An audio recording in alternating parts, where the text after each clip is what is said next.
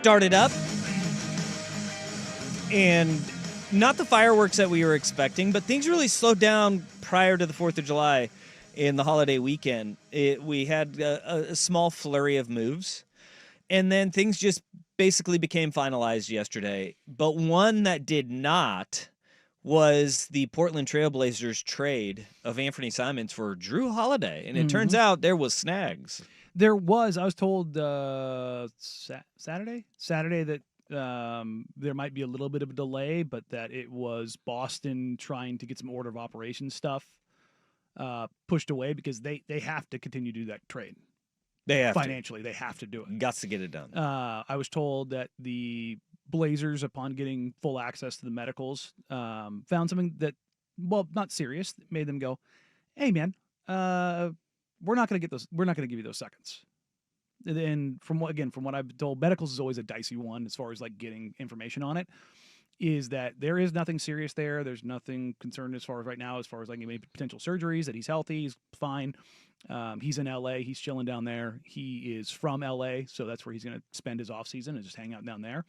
But the Blazers found a leverage point here and were able to pull those picks back out of the deal and do a straight swap Ant for Jrue.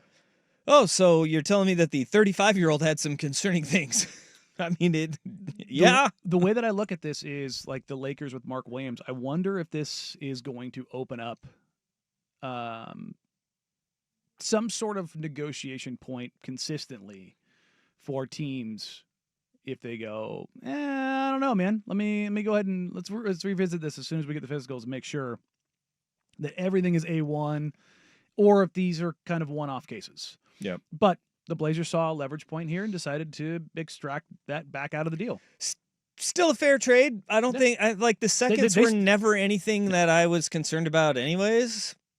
It was a non-factor. I don't think seconds are that valuable as far as like things that you use for currency. It's just a trade chip that you use now. We've talked about where the second round is in the NBA now, and with the exception of guys like Kalkbrenner and Rasheer Fleming, the guys that are in the second round now aren't really guys that you take flyers on, because those guys are going back to college and getting anywhere from $1.5 to $3 million to go back to school. I think Boogie Flan got like $3 million to go to Florida. I mean, it's just like Yaxel Lendeberg, I think, got about the same to go to Michigan, transferring from UAB, and he was a guy who was going to be a first round pick.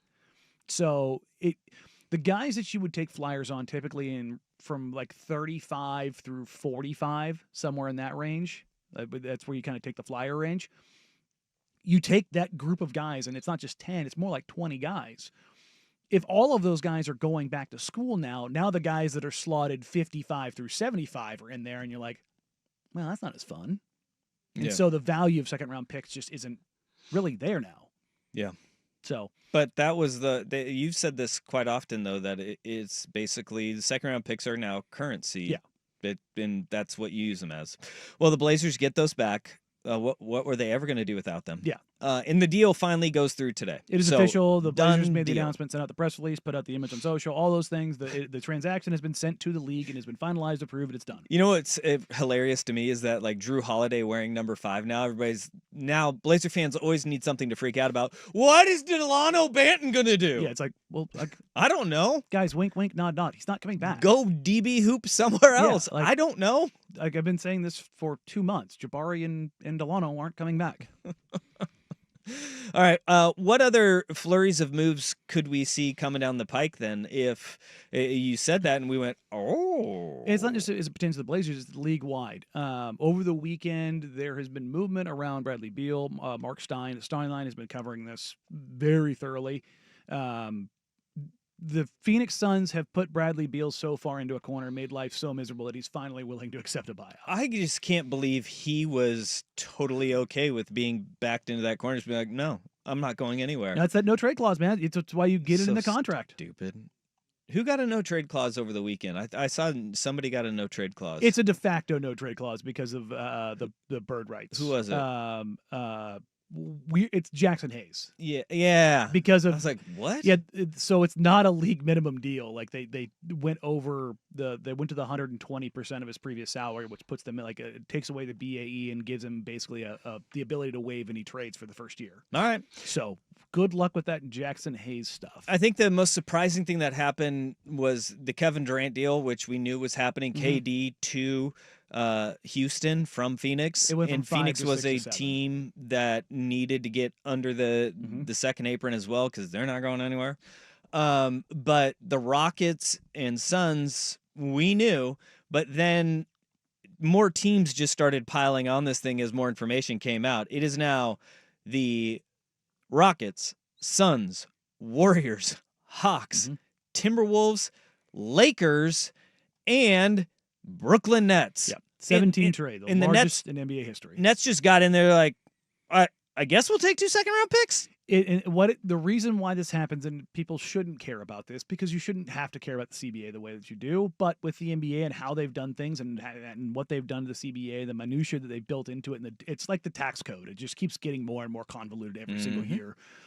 But it's an order of operations thing, and how you move things around and what you like. And these guys everybody knows, the forward-facing folks for NBA teams, the general managers, presidents.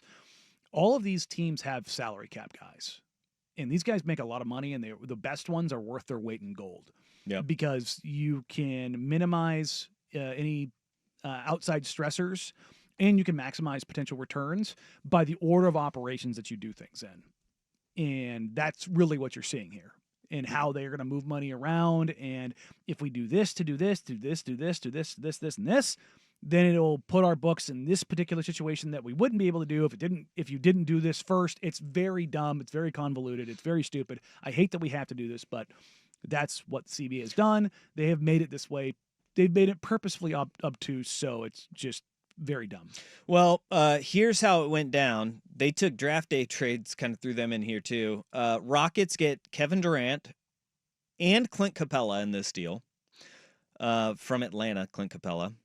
And then the Suns get Jalen Green and Dylan Brooks from Houston, Kaman Malawach and Rasheer Fleming draft day trades, Kobe Brea, Daquan Plowden's draft rights, and a second-round pick. A lot of cheap talent coming in, except for Jalen Green at 3 years, $105 million, and Dylan Brooks at $20 million per. And part of the amendment to the deal there was a swap of 2 ways with Plowden and Roddy. Okay. The Warriors get Alex Tui and Jemai Mashek.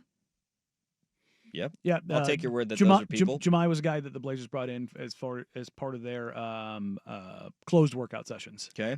Hawks get David Roddy's draft rights, second-round pick swap, and cash. Rocco Zakarski, he goes to the Timberwolves with 2 seconds and some moolah.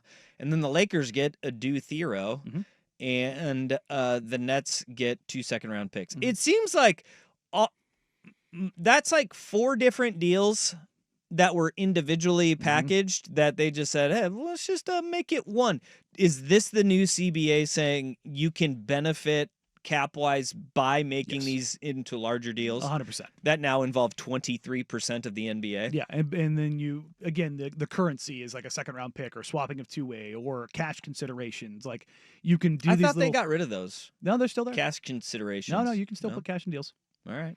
So it's not. And if you're Chicago or New Orleans or another couple other teams out there, they love their cash. That bad owner's gonna bad owner.